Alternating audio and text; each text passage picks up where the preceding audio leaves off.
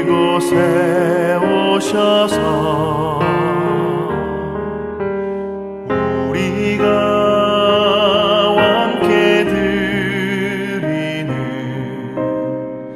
영광을 받아 주소서. 우리는 주님의 백성, 주님은 우리 왕이라. 왕이신 예수님 오셔서 좌정하사 다스리소서.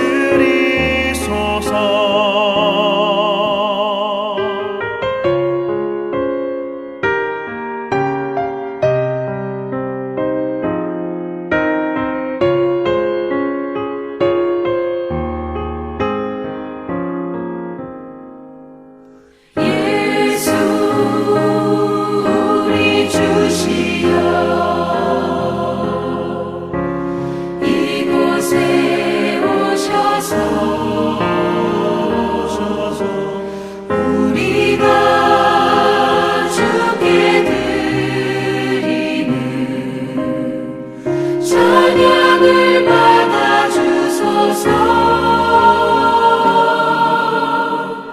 우리는 주님의 종들, 주님은 우리 주시라. 주 되신 예수님 오셔서 이 찬양을 받아 주소서.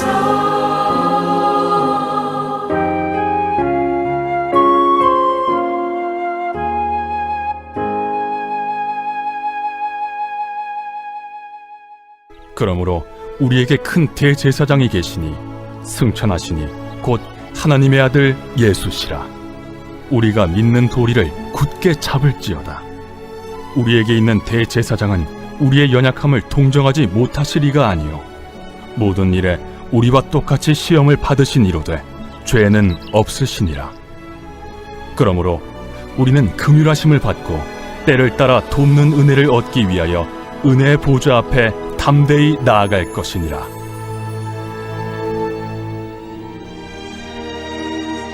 대제사장마다 사람 가운데서 택한 자이므로 하나님께 속한 일에 사람을 위하여 예물과 속죄하는 제사를 드리게 하나니, 그가 무식하고 미혹된 자를 능히 용납할 수 있는 것은 자기도 연약에 휩싸여 있음이라. 그러므로 백성을 위하여 속죄제를 드림과 같이 또한 자신을 위하여도 드리는 것이 마땅하니라. 이 존귀는 아무도 스스로 취하지 못하고 오직 아론과 같이 하나님의 부르심을 받은 자라야 할 것이니라. 또한 이와 같이 그리스도께서 대제사장 되심도 스스로 영광을 취하심이 아니요 오직 말씀하신 이가 그에게 이르시되 너는 내 아들이니 내가 오늘 너를 낳았다. 또한 이와 같이 다른 데서 말씀하시되 내가 영원히 멜기세덱의 반차를 따르는 제사장이야. 그는 육체에 계실 때 자기를 죽음에서 능히 구원하실 이에게 심한 통곡과 눈물로 간구와 소원을 올렸고 그의 경건하심으로 말미암아 들으심을 얻었느니라. 그가 아들이시면서도 받으신 고난으로 순종함을 배워서 온전하게 되셨음즉 자기에게 순종하는 모든 자에게 영원한 구원의 근원이 되시고 하나님께 멜기세덱의 반차를 따른 대제사장이라 칭하심을 받으셨느니라. 자리가 사람을 만든다는 말이 있습니다. 어떤 자리, 어떤 위치에 있느냐에 따라서 생각이나 행동, 그리고 말, 태도 등이 달라진다라는 것을 의미하는 말입니다. 말 그대로 자리가 사람의 생각, 행동, 그리고 태도 등을 만든다라는 것이지요. 이렇듯 사람은 주도적으로 삶을 이끌어가면서 환경을 변화시켜 나갑니다. 그러나 대부분의 사람들은 주변 환경에 영향을 받으면서 살아가고 있습니다. 우리는 살아가면서 어떤 것에 영향을 받고 있는지 한번 생각해 보시기 바랍니다. 성경입니까? 아니면 텔레비전입니까? 이찬수 목사님께서 젊으셨을 때에 그 청소년부에서 설교하시면서 던졌던 질문 중에 하나가 이런 겁니다. 외설 잡지의 영향을 더 받는가 아니면 성경의 영향을 받는가 라는 질문이었습니다. 이에 대해서 이찬수 목사님은 이런 얘기를 했습니다. 손에 더 가까운 것에 영향을 받는다라는 것이죠. 오늘 함께 말씀 가운데 나누고 싶은 것은 지금 내가 서 있는 자리는 어떤 자리인가 라는 것입니다. 삶의 자리에서 우리의 모습을 돌아보면서 말씀 속에서 하나님의 뜻을 깨닫고 결단하는 그런 시간 되시기 바랍니다.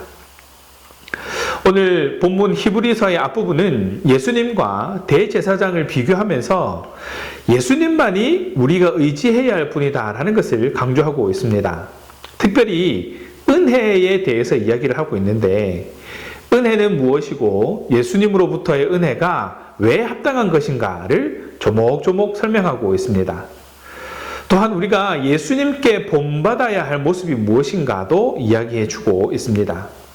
그렇다면 먼저 은혜는 무엇입니까? 사전적으로는 사랑으로 베풀어주는 신세나 혜택을 말합니다. 인류에 대한 하나님의 사랑인 것이죠. 원어로는 카리스라고 하는데 이 어원인 카라는 기뻐하다, 즐거워하다 라는 의미를 가지고 있습니다. 구약에서는 그 축제에서 기뻐할 때처럼 모든 사람이 표현하는 것, 그것을 카라라고 표현합니다. 기쁨이라는 것을 표현하는데 하나님의 구원의 역사가 가장 중요한 것이다 라는 것을 말해주는 부분이기도 합니다. 또 하나님은 구원하시기 위한 모든 일을 가장 기뻐하신다 라는 의미로 받아들일 수도 있습니다.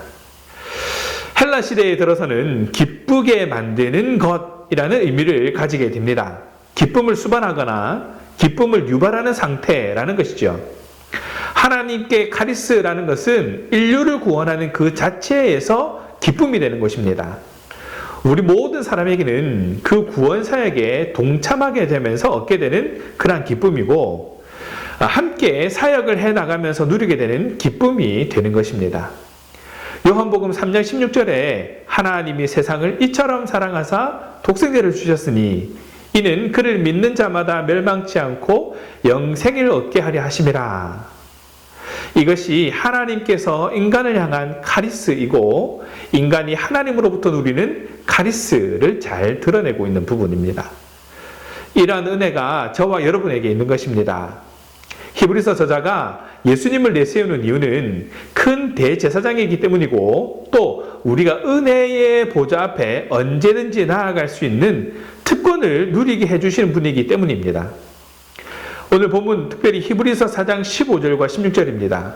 우리에게 있는 대제사장은 우리의 연약함을 동정하지 못하실 리가 아니요 모든 일에 우리와 똑같이 시험을 받으신 이로되 죄는 없으시니라. 그러므로 우리는 긍휼하심을 받고 때를 따라 돕는 은혜를 얻기 위하여 은혜의 보좌 앞에 담대히 나아갈 것이라. 여기 때를 따라 돕는 은혜에 주목해 보시기 바랍니다. 그 은혜의 자리는 우리가 있어야 할 자리입니다. 그 자리가 우리를 그 은혜에 합당한 자로 성장하게 할 것입니다. 그렇다면 구약의 대제사장은 어떤 존재입니까? 5장 1절에서부터 잘 나타나 있습니다. 먼저 1절입니다. 대제사장마다 사람 가운데서 택한 자이므로 하나님께 속한 일에 사람을 위하여 예물과 속죄하는 제사를 드리게 하나니. 먼저 대제사장이 사람 중에서 선택되었다라는 것을 말합니다. 당연한 것 같지만 히브리서의 맥락에서는 아주 중요한 부분입니다. 예수님께서 우리의 상황을 깊이 이해하시고 공감하신다라는 이야기를 하고 있는 것이죠. 같은 경험을 하고 상황이 비슷해야 공감할 수 있기 때문입니다. 동병상련이라고 하지요. 같은 병에 걸린 사람이 서로 위로한다. 그렇습니다. 대제사장은 사람이니까 사람들이 죄를 지을 때에 그런 상황을 잘 이해하고 하나님 앞에 속죄하는 제사를 드려줄 수 있다라는 것이죠. 2절에서 좀 더 구체적으로 말하고 있습니다. 그가 무식하고 미혹된 자를 능히 용납할 수 있는 것은 자기도 연약에 휩싸여 있음이라. 표준 세번역으로 보면 좀 쉽게 이해가 됩니다. 그는 자기도 연약함에 휩싸여 있으므로 무지해서 유혹에 빠진 사람들을 너그러이 대할 수 있습니다. 네, 바로 저와 여러분을 위해서 예수님을 그렇게 하게 하셨다라는 것을 말합니다. 하나님의 큰 그림인 것이죠. 계속해서 보겠습니다. 3절입니다. 그러므로 백성을 위하여 속죄제를 드림과 같이 또한 자신을 위하여도 그러는 것이 마땅하니라. 대제사장이 사람이라서 생기는 문제를 지적합니다. 백성들의 연약함을 잘 이해하고 공감하며 제사를 드려줄 수 있을 뿐만 아니라 대제사장도 자신의 잘못을 용서받기 위해서 제사를 드리기도 해야 한다라는 것이죠. 그러나 예수님은 제사가 필요 없으신 분이지만 구약의 제사장은 제사가 필요하다라는 것을 대조해서 이야기하고 있습니다. 늘 은혜의 자리에 있을 것 같은 제사장이라고 해도 제사가 필요하다라는 것입니다. 곧 우리도 은혜의 자리에 있을 때라도 깨어있기를 위해서 기도해야 한다라는 것을 말해주고 있습니다. 비록 고난 중에 있다 할지라도 은혜를 간구하는 일은 감사함으로 꾸준히 해야 할 것이지요. 4절을 보겠습니다. 이 존귀는 아무도 스스로 취하지 못하고 오직 아론과 같이 하나님의 부르심을 받은 자라야 할 것이니라. 참 중요한 내용입니다. 대제사장은 스스로 하는 것이 아니다라는 겁니다. 선거로 뽑는 것도 아니고 하나님의 부르심이 있어야 한다라는 것이죠. 이른바 소명이라고 합니다. 하늘의 부르심인 것이지요. 위에서부터 오는 부르심, 하나님 아버지의 부르심을 얘기합니다. 이 4절에 오직이라는 단어는 이것만 이라는 뜻도 있지만 이 본문에서는 적어도 이런 의미로 해석을 해야 됩니다. 즉 적어도 아론처럼 부르심을 받아야 한다라는 것을 말합니다. 너는 내 아들이다. 오늘 내가 너를 낳았다 하고 하는 그 부르심이 적어도 그런 부르심이 있어야 한다라는 것입니다. 구약의 대제사장을 통해 누릴 수 있는 하나님의 은혜가 이 정도입니다. 그렇다면 큰 대제사장이신 예수님을 통한다면 어떻겠습니까? 예수님도 스스로 영광을 취하신 것은 아닙니다. 5절에 보십시오. 또한 이와 같이 그리스도께서 대제사장 되심도 스스로 영광을 취하심이 아니요. 게다가 6절이 말하는 것처럼 영원한 멜기세덱의 반차를 따르는 그 제사장이다라고 얘기를 하고 있습니다. 제사장직에 대한 본질이 멜기세덱으로부터 온 것이니까 제사장직에 대한 정통성이 있다라는 것이지만 율법에 매여서 부여된 그런 직함이 아니기 때문에 구약의 대제사장과는 분명히 차이가 있다라는 것을 강조하고 있는 부분이기도 합니다. 7장 3절입니다. 아버지도 없고 어머니도 없고 족보도 없고 시작한 날도 없고 생명의 끝도 없어 하나님의 아들과 닮아서 항상 제사장으로 있느니라. 오직 하나님께서 택하셔서 구별하셨다라는 사실을 확인할 수 있는 부분이기도 하지요. 7절에서 10절은 모든 시험 가운데서 완벽한 순종을 하셨기 때문에 참 대제사장이 마땅히 지녀야 할 의로움과 하나님께 나아갈 수 있는 특권을 얻으셨다라는 것을 분명히 해주고 있는데, 이뿐만 아니라 멜기세덱의 반열 안에 있는 제사장으로서 하나님께서 친히 세우신 그러한 제사장이다라는 것을 분명히 드러내고 있습니다. 이 구약에서 말하는 대제사장과는 차원이 다른 그러한 제사장인 것이죠. 하나님께서 친히 세우신 대제사장이다라는 것이 다시 한번 드러나는 부분이기도 합니다. 말씀을 정리해 보겠습니다. 우리 스스로의 힘으로는 은혜를 유지하기 힘들기 때문에 준비되어진 은혜의 자리에 꾸준히 참석해야 할 것입니다. 우리 공동체에 마련되어 있는 은혜의 자리에 내가 소홀하고 있는 것은 아닌지 돌아보시기 바랍니다. 공예배의 자리, 그리고 기도회의 자리, 그리고 성경 공부의 자리, 또한 말씀을 읽고 또 함께 나누는 그 자리에 나는 과연 얼마만큼 열심을 내고 있는가 하는 것이죠. 언제든지 그리스도로 말미암은 특권으로 담대하게 하나님 앞에 나아가는 그런 신앙가족들이 되시기 바랍니다. 영적 고갈은 때때로 우리를 찾아옵니다. 수시로 찾아오기도 하죠. 그때 내가 어느 자리에 있는가가 참 중요합니다. 은혜의 자리는 우리가 이겨낼 수 있는 특권이기도 합니다. 이 특권이 얼마나 근사한 것인지, 또한 이 특권이 얼마나 감사한 것인지 함께 기억하고, 또 이 특권이 우리의 삶 속에서 등한시되지 않도록 마음을 새롭게 하는 그런 결단들을 하시기 바랍니다. 깨어진 유리창 효과라는 말이 있습니다. 사소한 무질서를 방치하면 그것이 나중에는 지역 전체로 확산될 가능성이 크다라는 것을 시사하는 그러한 이론입니다. 우리가 어떤 자리에 있는지에 따라서 나중에 우리의 삶의 전체로 확산될 가능성이 있지 않겠습니까? 내가 무엇을 하든지, 내가 어디에 있는지에 따라서 특권을 누릴 수도, 또한 특권을 등한시 여기게 되거나 모른 채 넘어갈 수도 있다는 것을 기억하시기 바랍니다. 혹 은혜의 자리에 담대히 나아가지 못하고 주저했던 것들이 있다면 회개하면서 어떤 상황에서도 하나님을 신뢰할 수 있는 그런 삶을 살아가기를 주님의 이름으로 축원합니다.